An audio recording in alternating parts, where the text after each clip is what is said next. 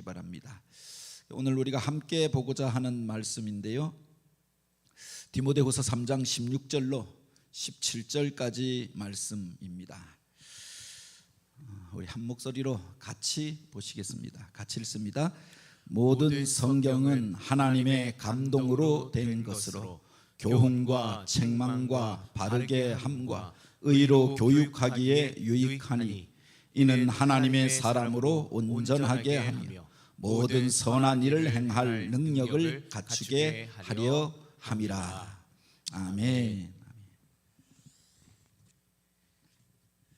오늘 저녁부터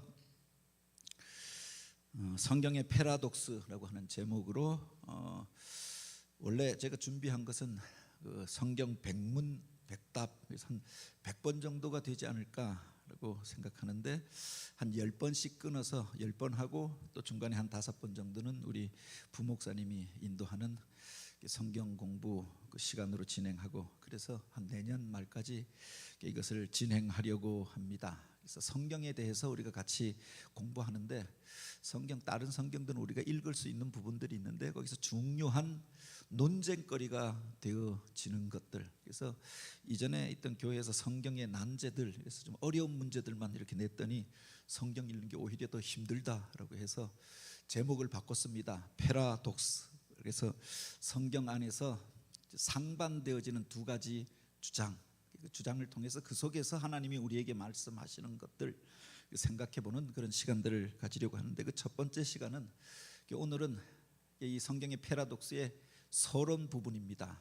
성경은 누가 썼는가, 성경의 저자가 누구인가, 누구에 의해서 기록되어졌는가, 이게 가장 중요하잖아요. 먼저 책을 우리가 딱 받게 되면 이 누가 쓴 책이냐, 누가에게 편지를 받으면 누가 보낸 편지인가, 이것에 대해서 묻게 되잖아요. 이 성경의 저자가 누구인가에 대해서 우리가 함께 생각해 보려고 하는데요, 이 주제가 패러독스입니다. 근데 패라의 패만 이렇게 보이는데, 왜 패러독스라고 했느냐, 우리가 파라독스라고도 이야기하죠. 파라라고 하는 말이 뭐냐면은 뭐뭐 너머에, 반대에, 이런 뜻을 가지고 있습니다. 그래서 파라라고 하는 말들이 있죠. 파라 처치, 교회 너머에 있는 교회, 그래서 파라 처치 이렇게 이야기하는데, 파라라고는 무엇을 넘어서 있다라고 하는 뜻을 가지고 있습니다. 그리고 그것이 아니라 다른 것이다라고 하는 의미도 가지고 있죠. 그리고 독스라고 하는 것은 독사, 이론, 견해를 가리킵니다. 어떤 것들에 대한 견해가 있는데 상반되어지는 견해가 있는 겁니다. 성경에 보면 어떤 것들에 대한 구절에 대한 해석, 입장들이 상반되어지는 견해가 있죠. 그런 것들을 한번 이렇게 살펴보면서 그 속에서 어찌 보면 모순되는 것 같아요. 이게 맞으면 이게 틀리고, 이게 맞으면 저게 틀리고 하는 것 같은데, 그 두 가지를 이렇게 살펴보면 그 속에 바로 하나님이 우리에게 전하여 주고자 하는 메시지와 진리가 담겨져 있을 수 있다라고 하는 겁니다. 이것이냐 저것이냐가 아니라 사실은 그 중간 어디에 보다 그것을 넘어서 있는 그 고차원적인 해답이 담겨져 있다라고 믿는 게 이제 이게 파라독스를 가리켜 역설이라고 이야기하는, 서로 모순되는 것 같은데 그것을 다 우리가 이해하게 될 때 그것을 넘어선 진리들을 깨닫게 되어지는 거죠. 성경의 패러독스는 뭐냐? 성경에 나타나 있는 여러 가지 난제들이 있습니다. 어떤 사건에 대한, 어떤 사람에 대한 상반되어지는 견해들이 있습니다. 그런데 그 상반되어지는 견해를 이렇게 살펴보면서 그 속에서 하나님이 우리에게 전해주고자 하는 근본적인 진리, 그 메시지가 무엇인가, 이것을 우리가 한번 생각해 보는 것으로 이 성경 패러독스, 그 패러독스 이 시간을 우리가 가지려고 합니다. 그 첫 번째 주제가 바로 누가 성경을 기록했는가라고 하는 겁니다. 가장 중요한 건지 바로 솔라 스크립투라, 오직 성경으로, 종교개혁자들이 이 주장을 하지 않았습니까? 오직 성경으로 우리가 돌아가자라고 하였는데, 성경이 우리 신앙에서 가장 중요한 기준이 되어지는데 대체 이 성경을 누가 기록했느냐라고 하는 것들을 이 시간 같이 나눠보려고 합니다. 우리가 성경을 읽으면서 가장 먼저 하게 되어지는 질문인데, 일반적으로 우리가 이 성경의 저자에 대하여 그렇게 이야기합니다. 이 성경은 누가 썼죠? 누구의 말씀입니까? 하나님의 말씀입니다. 하나님께서 기록하셨다라고 우리가 그렇게 고백합니다. 그래서 하나님으로부터 이 성경이 왔고 그래서 그것을 하나님의 말씀이라고 이야기합니다.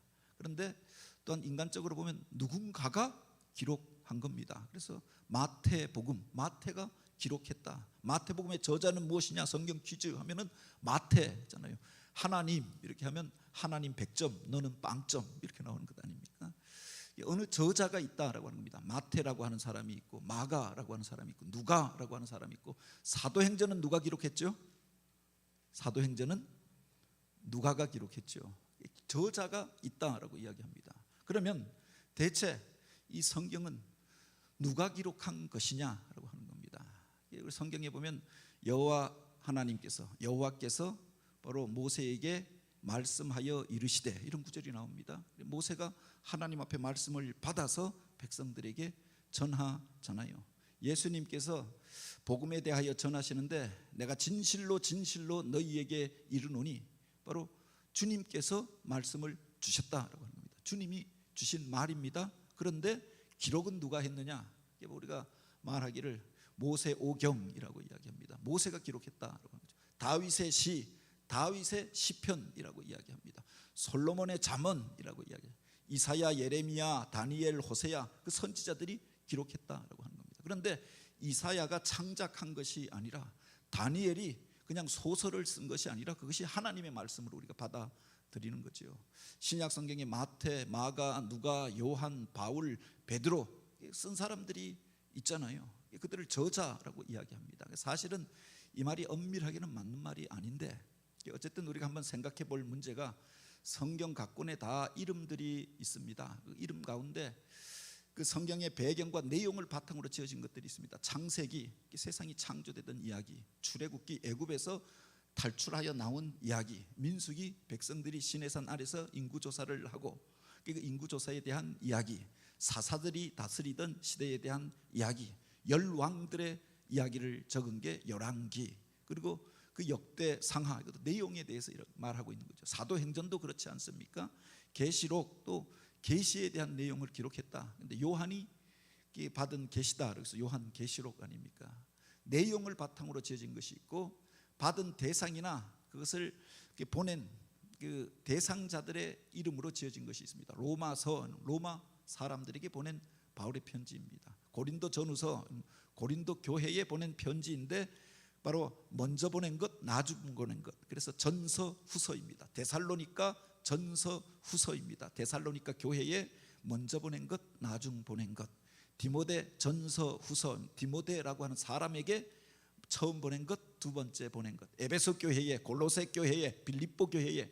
그래서 그 받는 사람의 이름을 적은 게 있습니다. 그런데 이것 외에 대부분의 성경은 저자의 이름으로 기록되어져 있다라고 하는 겁니다. 욥이 기록한 고난에 대한 서, 요나 선지자가 기록한 책, 이사야서, 예레미야서, 에스겔, 다니엘, 호세야, 그리고 쭉 나오는 수많은 예언자들의 이름, 말라기까지 있습니다. 그걸 기록한 사람의 이름으로 기록해 놓은 겁니다. 그러니 호세아서의 저자는 호세야라고 이야기하는 거지요. 마태, 마가, 누가, 요한 1, 2, 3, 베드로, 전후서 이런 저자의 이름으로 기록되어져 있다. 성경의 태반이 무엇으로 되어져 있냐? 그것을 쓴 사람의 이름으로 기록되어져 있다라고 하는 겁니다. 그리고 그 이름이 기록되어져 있지 않지만 우리가 모세오경이라고 하는 건 창세기, 출애굽기, 레위기, 신명기까지, 레위기, 민수기, 신명기까지 이걸 모세오경, 모세가 기록했기 때문에 모세오경이라고 이야기를 하는 겁니다. 그러니 바로 기록한 자가 있다라고 우리가 생각하는 것 아닙니까? 그런데 왜 그것을 하나님의 말씀이라고 하는가라고 합니다. 왜 하나님의 말씀이라고 하죠? 우리가 오늘 읽은 말씀 속에 나오죠. 디모데 후서 3장 16절에 보면 뭐라고 했습니까? 이 성경은, 모든 성경은, 같이 따라합니다. 모든 성경은 하나님의 감동으로 된 것으로 교훈과 책망과 바르게 함과 의로 교육하기에 유익하니. 이 쓴 사람은, 이 디모데 후서는 누가 썼을까요? 디모데 후서 누가 썼죠? 바울이 디모데에게 보낸 편지입니다. 그런데 이 성경에 대해서 소개하면서 모든 성경은 하나님의 감동으로 되어졌다라고 말하고 있는 겁니다. 베드로가 성경에 대하여 이야기하면서 바로 예언은 언제든지 뜻으로 낸 것이 아니라, 성경에 나오는 수많은 예언들이 어떤 사람의 이야기가 아니라 오직 성령의 감동하심을 입은 사람들이 하나님께 받아 말한 것이라. 바로 성경에 기록되어져 있는 이 책들, 이사야, 예레미야, 다니엘, 이것들을 우리가 성경이라고 말하는 것은 그 개인이 받아서 개인의 말을 한 것이 아니라 바로 성령의 감동하심을 통하여서 하나님께 받아서 말한 것이다 라고 하는 겁니다. 그래서 그것을 하나님의 말씀이라고 이야기하는 거죠. 그래서 엄밀한 의미에서 저자라고 하는 말이 맞지는 않습니다. 우리가 어떤 의미에서 무슨 마태복음의 저자가 누구냐, 마태라고 이야기하는데, 저자라고 하는 표현보다 정확한 표현이 뭐냐면은 기자라고 하는 게 정확한 표현입니다. 그래서 야고보 기자는, 또는 로마서 기자는, 히브리서 기자는 이렇게 이야기해요. 기자가 어떤 사람의 증언을 듣습니다. 증언을 듣고 기록하여서 신문 기사를 올리잖아요.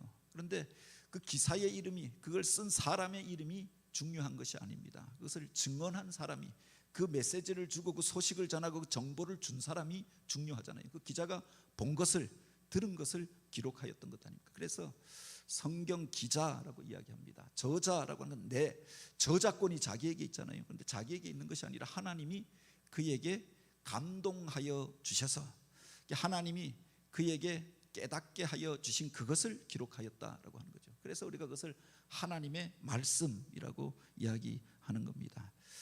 제가 고등학교 때 우리 친구 중에 운동부 친구가 있는데, 반에서 제가 그래도 좀 문학적 소양이 있다고 생각했는지 저한테 와서 연애 편지를 대신 써달라라고 하는 겁니다. 옆에서 이야기하는 겁니다. 어떻게 만났는데.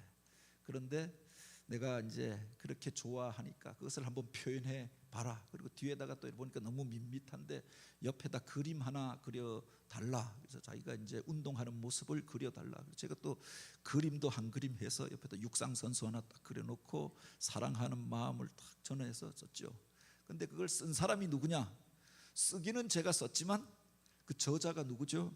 그 보낸 사람의 이름으로 기록하는 것 아닙니까? 그 사람의 마음이 담겨져 있는 겁니다. 저는 그 여인이 어떤 여인인지 알 수가 없습니다. 근데 사랑한다, 처음 보는 순간 그렇게 반해 버렸다, 그리고 내 모든 것을 걸고라도 끝까지, 제 마음이 아니잖아요. 그 사람의 마음입니다. 그가 저에게 표현해 준 말을, 그 말을 꼭 넣어라, 그 말을 꼭 전해라. 그런데 좀 더 좀 아름답게 표현할 수는 없겠느냐. 그래서 몇 번 고쳐 써주고 그래서 보냈던 적이 있습니다. 외국 사람이랑 펜팔을 하는데 그 사람이 들을 수 있는 말로 전해줘야 하는 것 아닙니까?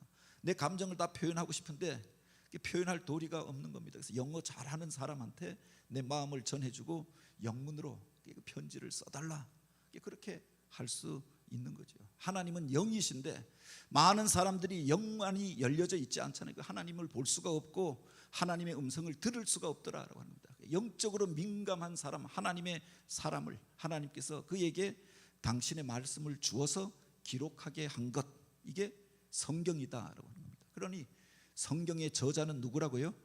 하나님이시죠. 그런데 하나님이 어떤 사람을 통하여서 기록하였다, 어떤 사람을 감동시켜서 그것을 기록하였다라고 합니다. 그 속에 역설이 담겨져 있는 겁니다. 이 성경이라고 하는 건 뭐냐?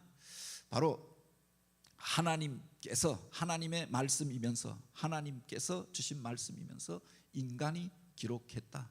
그 속에 역설이 담겨져 있는 거죠. 그러면 하나님이 감동했다라고 하는 말의 뜻이 무엇인가라고 하는 겁니다. 하나님이 감동했다고 하는 게 무엇입니까? 여기에 대해서 신학적인 입장이 갈라지는 겁니다. 사람들에 따라서 하나님이 우리에게 감동을 주셨다라고 하는 의미가 뭘까? 그래서 보수적인 사람들이 주장하는 것이 있습니다. 그게 바로 축자 영감설입니다. 말 하나 또박또박 불러줬다라고 하는 겁니다. 하나님이 이르시되 너희는 이것을 기록하라 해서 그 말을 받고 한자 한자 하나님이 불러주는 대로 기록한 거죠. 그렇게 보면은 이것은 그 성경을 쓴 사람은 그야말로 그 속기사 정도에 불과, 하나님이 쫙 불러주시는 걸 그냥 잽싸게 받아 적는 사람에 불과한 겁니다. 자기의 의지, 자기 생각, 자기 주장, 거기에 담겨질 여지가 없는 겁니다. 이 축자 영감설이라고 하는 것은 다른 말로 기계적 영감설이라고도 이야기합니다. 기계적으로 기계에다 타자를 치면 그대로 나오잖아요. 내가 친 대로 나오는 겁니다. 그 속에서 쓴 사람은 누구냐? 친 대로 하나님이 머리에다가 준 대로 그냥 나왔던 것에 불과하다라고 하는 겁니다. 하나님이 주신 대로 쓰여진 것이니까 성경 무오설이죠. 성경엔 오류가 없다. 하나님이 주신 말씀대로 기록했는데 오류가 있을 수가 없는 것 아닙니까? 그래서 이 축자 영감설 한자 한자 불러주었다라고 하는 거예요. 물론 성경에 보면 그 성경에 1.1획도 변개하지 말라라고 말씀이 나옵니다. 근데 우리가 진짜 주의해야 할 것이 1.1획도 우리가 때때로, 저도 목사이고 신학을 공부한 사람이지만 새벽 기도 시간에 눈이 침침해서 글을 읽는데 때때로 우리 집사람이 오늘은 왜 그렇게 성경을 틀리게 잘못 읽느냐라고 하는 겁니다. 그래서 자기 안경 바꿔야 하는 거 아니야 이런 이야기를 할 때도 있죠. 우리가 어떤 걸 읽는데 점 하나를 앞에 붙이고 뒤에 붙이고 잘못 읽기도 하는 겁니다. 근데 그 잘못 붙이는 거에 따라서 의미가 달라지잖아요. 점 하나에 남이 되기도 하고 님이 되기도 하잖아요. 근데 이스라엘 말은 그게 더 심하다라고 하는 겁니다. 글자가 조금 꼬부라지고 하나 꼬부라진 거에 따라 의미가 달라지는 겁니다. 그리고 이스라엘 말은 모음이 우리나라처럼 여러 가지가 아닙니다. 점 하나, 점 두 개, 점 세 개로 표현하는 겁니다. 그 점 1.1획이 그렇게 붙느냐 안 붙느냐에 따라서 의미가 달라질 수 있다. 그래서 성경을 전하고 기록할 때 그만큼 엄밀하게 하라라고 하는 의미죠. 어찌되었든 성경에 대하여서 강조하고 그 성경의 오류에 대해서 부정하면서 성경의 확실성에 대해서 주장하는 주장이 축자 영감설입니다. 반면에 대비되어지는 주장이 있습니다. 그게 바로 조명설이라고 하는 겁니다. 조명을 쫙 비치잖아요. 처음 여기 들어오면 지금 불이 밝혀져 있으니까 사물을 구분할 수 있지 않습니까? 그런데 캄캄할 때는 보여지지 않잖아요. 하나님의 뜻이 무엇인지 하나님의 계획이 무엇인지 알 수가 없습니다. 그런데 불을 쫙 비추어 주는 겁니다. 후라시를 가지고 쫙 펴면 어떤 사람은 후라시 용량이 작으면 요만큼 보이는 겁니다. 용량이 더 큰 사람은 쫙 비추면 더 많이 보이는 겁니다. 그래서 이 조명설이라고 하는 것은 일루미네이션 뷰라고 하는 말인데요. 바로 어떤 것들을 보는데 하나님께서 그에게 비추어 보여주셨다라고 하는 겁니다. 본 것을 어떤 사람이 기록하는 거죠. 기록하는데 잘못 보는 경우도 있잖아요. 봤는데 내가 주일날 어느 분이 온 것 같은데 본 것 같은데 그런데 안 왔다는 겁니다. 그럼 내가 본 분은 누구인가? 비슷한 분을 잘못 봤을 수 있죠. 지난주에 봤던 걸 이번 주에 봤다고 착각할 수도 있는 겁니다. 저자의 실수가 담겨지고 저자의 관점이 담겨지는 겁니다. 기록은 자기가 하는 겁니다. 본 것은 하나님이 조명을 비춰줘서 어떤 부분을 보게 하여 주시고 어떤 부분에 대하여서 알게 해주셨는데 기록하는 것은 자기가 기록하잖아요. 그것이 조명설이라고 하는 겁니다. 여기에 보면 인간적인 문체, 인간적인 실수, 인간적인 주장, 인간적인 연약함들도 같이 담겨지는 게 조명설이라고 하는 거죠. 여기에 보면 저자가 깨달았던 것, 하나님이 어떤 것들에 대하여서 그에게 감동을 무엇을 보게 하여 주셔서 감동하였던 걸 기록하는 겁니다. 하나님이 깨달음을 주셨던 것, 그것을 기록한 겁니다. 그 깨달음의 깊이가 다를 수 있고 그가 본 것이 다를 수가 있다. 신앙 고백적 언어로 봐야 한다라고 하는 게 이 조명설입니다. 축자 영감설은 보수적인 사람들이 더 많이 주장합니다. 성경은 1.1획도 잘못된 것이 없다. 성경 무오설 주장하고 받은 사람이 하나님이 그에게 하나하나 불러줘서 토시 하나까지 그에게 다 알게 하여 주셔서 그대로 하나님께서 그 손을 기계처럼 사용하여서 쓴 것이다 라고 하는 게 축자 영감설입니다. 조명설은 하나님이 그에게 감동해 주셨지만 인간적인 그 시대의 배경, 역사적인 환경, 그 사람이 가진 한계, 그 사람의 성격, 이게 그 속에 다 담겨져 있다. 그래서 그것을 통해서 그 성경을 이해해야 한다. 이게 조명설입니다. 이게 어떤 것이 맞는가? 우리 성결교회에서 택하고 있는 입장이 있습니다.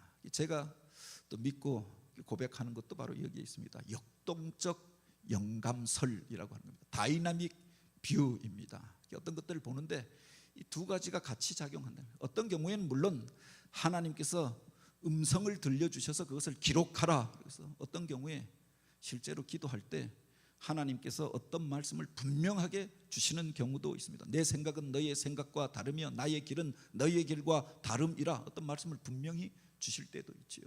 어떤 때는 어떤 광경을 보게 하여 주십니다. 하나님의 뜻을 깨닫게 하기 위하여서 그가 낙심하고 있으니 앞으로 되어질 일들을 환상으로 보여주십니다. 그럴 때도 있지요. 이것이 역동적으로 내 안에서 하나님의 뜻을 분별하는 도구로 사용해 주신다라고 하는 겁니다. 그래서 이것을 가리켜 역동적인 영감설이라고 하는데, 우리가 기억해야 할 것이 성령 충만한 사람이 바로 하나님의 구속사의 계획과 하나님의 말씀을 받은 것입니다. 그러니까 하나님께로부터 받은 게 맞지요. 하나님의 말씀이고 하나님의 감동하심이지요. 그런데 그걸 쓴 사람은 한계적인 사람인 겁니다. 그래서 자기의 말투로 그것을 기록하잖아요. 자기의 언어로 그것을 기록. 한국 사람이 그 말씀을 받았으면 한국어로 기록하는 거죠. 내가 쓸 줄도 모르는 히브리어, 그 뜻도 모르는 히브리어로 막 그냥 내 손이 가서 뭐 이렇게 영서라고 해서 그렇게 쓰는 게 아니다라고 하는 겁니다. 하나님께서 그 사람이 가지고 있는 환경과 조건을 이용해서 그것을 쓰는 거죠. 그래서 성경을 읽을 때 우리가 구분해야 하는 것들이 있습니다. 하나님의 뜻, 구속사의 계획, 그리고 하나님의 계시에 대한 부분은 무오하다라고 하는 거죠. 실수가 없으시고 그대로 이루어지는 거죠. 이것은 이루어질 수밖에 없고 약속이기 때문에 지금 안 이루어졌다라고 해도 하나님의 말씀이기 때문에 이루어질 수밖에 없습니다. 그런데 어떤 부분은 그 저자가 가지고 있는 시대적 환경, 그가 가지고 있는 한계, 그것들은 우리가 이해하고 그것을 읽어야 한다라고 하는 겁니다. 과학적인 수준이라고 하는 것이 지금 3,500년 전에 모세가 기록하던 시대에 또는 바빌론 포로기에 그렇게 기록한 것이다 라고 하면 그 시대 사람들이 이해하던 수준에서 바로 그것을 기록하였다라고 하는 겁니다. 다니엘이 하나님이 보여주시는 놀라운 환상들을 보게 되어집니다. 이 역사의 마지막에 일어날 일들이 다 보여주었습니다. 그런데 그가 그 뜻을 다 알고 있었을까요?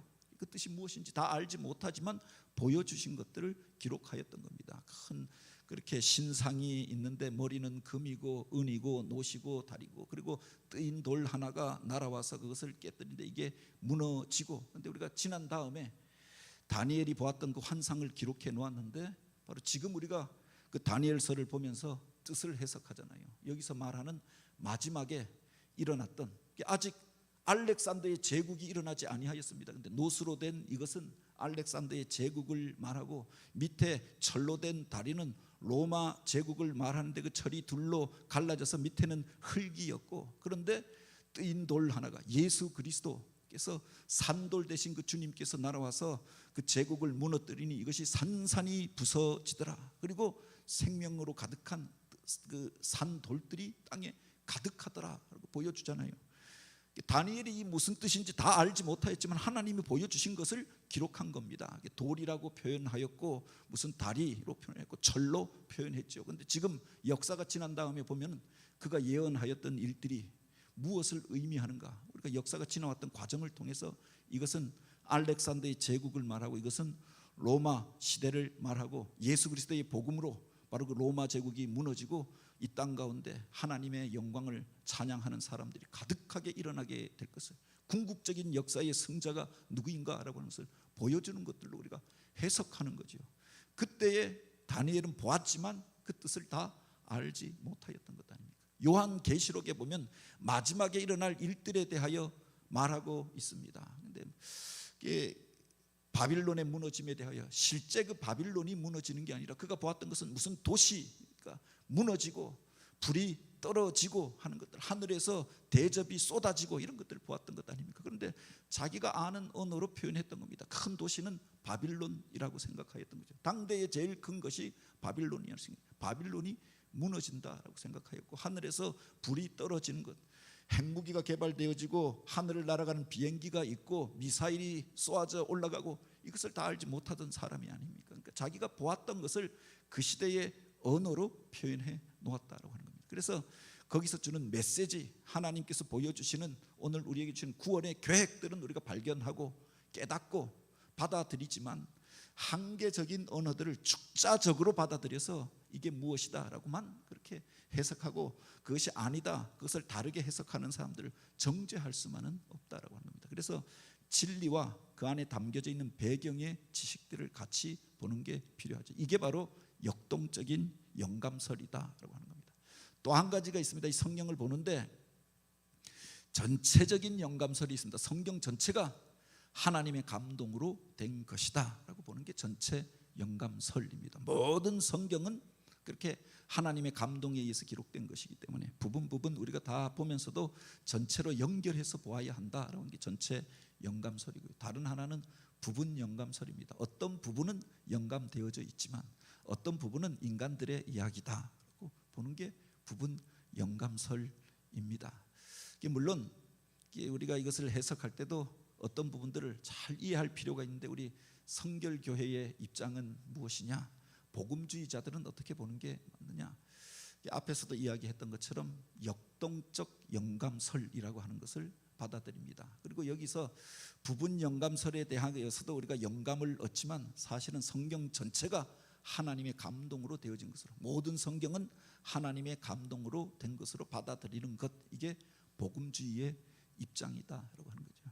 그래서 성경을 해석할 때 바로 그렇게 하나님께서 어떤 사람을 통하여서 우리에게 감동하여 주신 것으로 이해하는 것이 맞다라고 하는 겁니다. 근데 우리가 성경을 분류할 때 이렇게 보잖아요. 구약 성경이 있고 신약 성경이 있습니다. 구약 성경이 몇 권이죠? 구약 성경 39권, 신약 성경 27권. 그렇죠? 예. 39, 27 아닙니까? 그런데 우리가 기억해야 할 것이 우리가 알고 있는 이 성경 말고도 수많은 책들이 더 있었다라고 하는 겁니다. 그런데 어떤 책은 성경에 들어오고 어떤 책은 성경에 들어오지 않게 되었던 겁니다. 어떤 것이 왜 성경책으로 채택되고 어떤 것은 채택되지 않았느냐? 구약의 그 외경이라고 하는 것이 있습니다. 외경에 보면은 그 공동 번역서에 보면 가톨릭에서 쓰는데 보면 우리가 쓰는 성경 말고 더 굵게 붙어져 있는 게 있습니다. 바로 지혜서라고 하는 것도 있고 전도서라고 하는 것도, 토빗, 유닛, 마카베오 상하, 바룩 1, 2, 3, 4, 5서, 에스드라 3서, 에스더서, 그리고 새 청년의 노래, 수산나, 벨과 뱀, 므낫세의 기도, 뭐 이런 책들이 덧붙여져 있습니다. 이걸 이렇게 외경이라고 이야기하는데 논란이 되어지는 책들입니다. 우리 개신교에서 인정하는 39권 말고 바로 그 이후에 외경으로 나중에 가톨릭에서 추가하여서 이것도 영감을 받은 책이다 인정한 책들이 있더라라고 하는 겁니다. 그 기준이 있는 겁니다. 정경과 외경을 가지는 기준이 있더라라고 하는 겁니다. 이런 외경 말고도 위경이라고 하는 것들도 있습니다. 그래서 우리 성경 안에도 신약 성경 가운데도 바나바 행전이라고 하는 것도 있고 헤르마스의 목자라고 하는 것, 12사도의 또 그 기록과 바나바 데글라 행전이라고 하는 책도 있습니다. 그리고 위경으로 이것은 거짓된 책이다라고 받아들이는 게 있습니다. 과거에 문제가 되어졌던 도마 복음이라고 하는 것도 있고 유다 복음이라고 하는 것도 있잖아요. 그리고 베드로 복음, 야고보 복음, 니고데모 복음, 그리고 외경 그 위경 가운데 그런 책도 있습니다. 요셉의 생애, 마리아의 승천기, 예수의 어린 시절, 베드로 행전, 도마 행전, 우리가 전설 속에서 이야기하는 것들이 있습니다. 예수님의 어린 시절에 어떤 일들이 있었다. 성경에 안 나오는 이야기가 어디서 나왔냐? 이런 데서 가져오는 거지요. 도마가 인도에 가서 복음을 전하다가 어떻게 죽었다. 그것을 기록하고 있는 게 도마 행전인데 성경으로는 인정받지 못한 책이다라고 하는 겁니다. 그래서 이 정경과 외경 그리고 위경을 가르는 기준이 뭐냐? 어떤 책들이 성경으로 인정받게 되어졌느냐라고 하는 겁니다. 그 첫 번째가 바로 그것입니다. 바로 영감성입니다. 이게 진짜 하나님이 감동하여 주신 책인가, 그냥 인간의 상상력으로 쓴 책인가라고 하는 것들을 교회가 구분하는 거지요.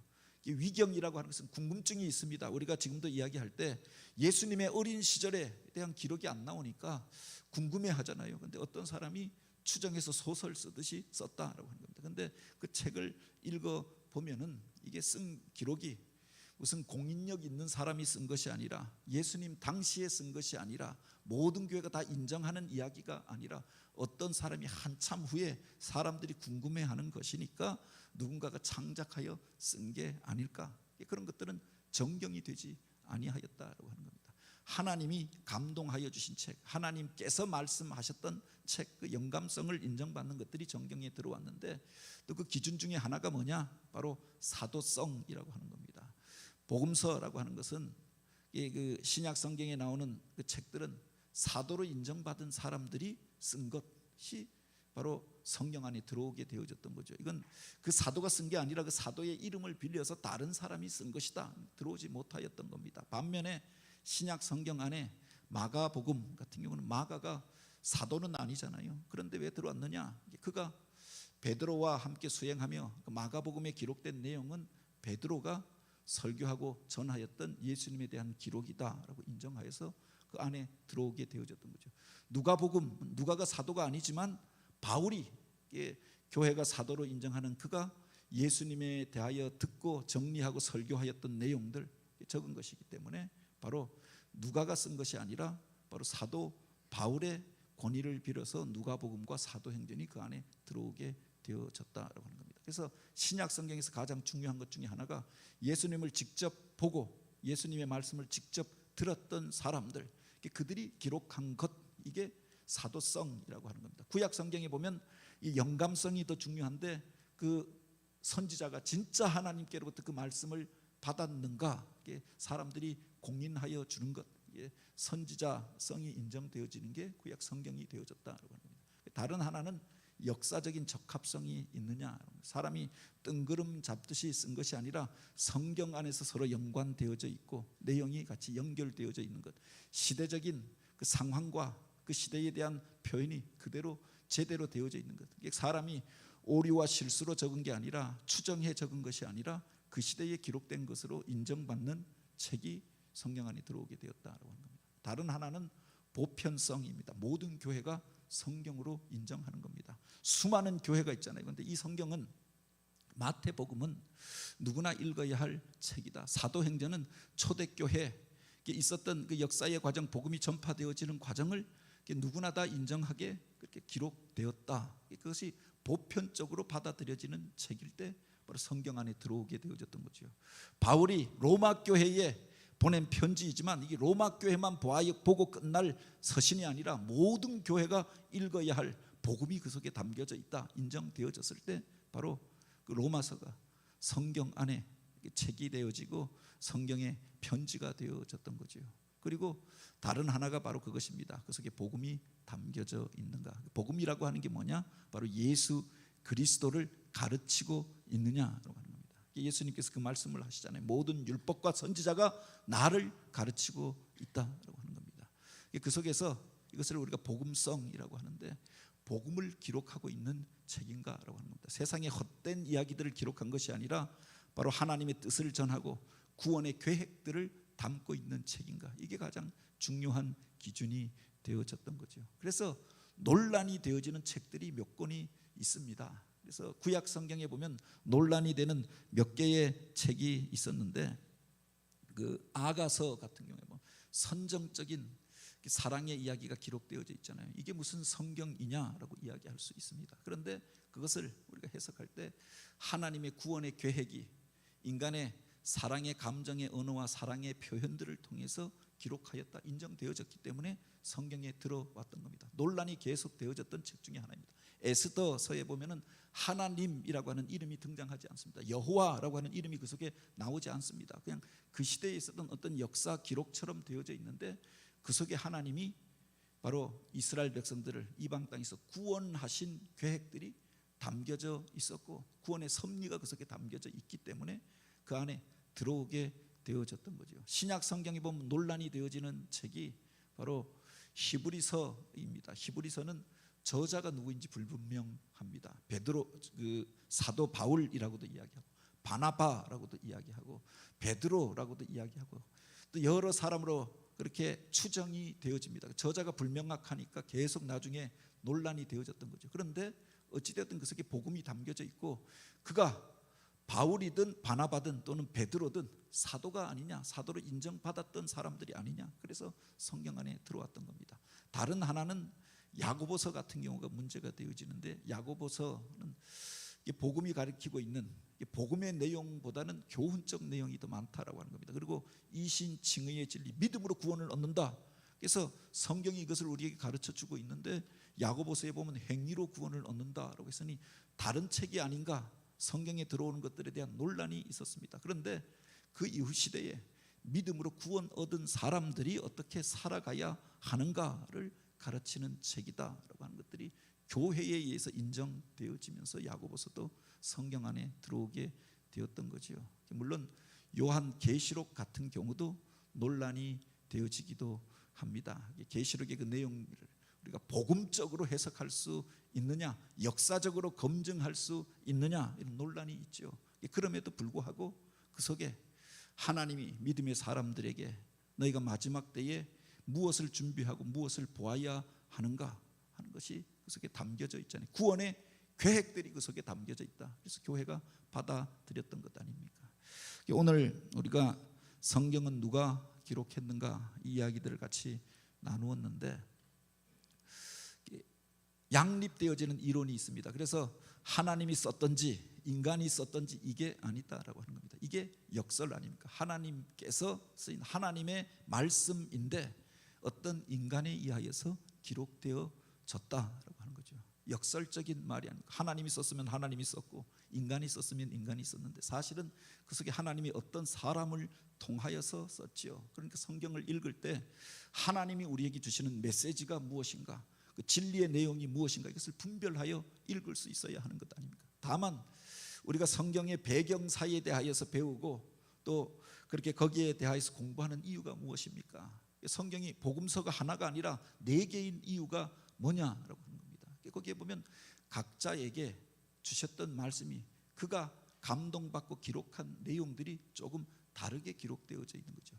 틀린 것이 아니라 바로 다르게 기록하였다라고 하는 겁니다. 동일한 성경인데 동일한 말씀인데 가난한 자는 복이 있나니 천국이 저희 것이며 이렇게 누가는 기록합니다. 그런데 마태복음에 보면 심령이 가난한 자는 복이 있나니 이렇게 기록합니다. 어느 것이 맞고 어느 것이 틀린 것이 아니라 그 사람이 강조하였던 것이 다른 것 아닙니까? 가난한 자들이 학대받고 고통 속에 거하면서 우리는 하나님 앞에 버림받은 것이 아닌가, 고난의 시대에 그렇게 생각하는 그들에게 가난한 자들은 복이 있나니, 그래서 하나님을 더 찾고 구할 수 있다라고 하면은 그가 참으로 하나님 나라의 백성이 되고 하나님 나라의 주역이 될 것을 그렇게 격려하면서 썼던 책이 아닙니까?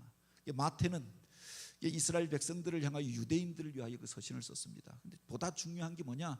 계급적으로 가난하고 부자이고 이게 문제가 아니라 심령이 가난한 자들은 복이 있나니, 주님께서 주셨던 말씀은 한 가지였을 것입니다. 그런데 그것을 들었던 사람이 기록하면서 축자, 문자 그대로 썼다기보다는 그때 자기가 받았던 감동, 그것을 성경으로 기록한 것이죠. 그러니까 표현이 조금 다르게 되어지기도 하였다고 하는 겁니다. 그래서 그것을 잘 구분하여서 보는 게 성경을 읽는 방법이 되지 않겠습니까? 앞으로 수요 예배 시간에 이 패라독스를 통하여서 양립되어지는 그 이론들을 통해 그 속에서 하나님이 주시는 메시지들을 발견하고 하나님의 뜻을 분별할 뿐만 아니라 성경적 신앙 위에, 복음적 신앙 위에 우리 자신을 세워가고 교회를 세워갈 수 있는 우리 모두가 되어지길 주님의 이름으로 축복합니다.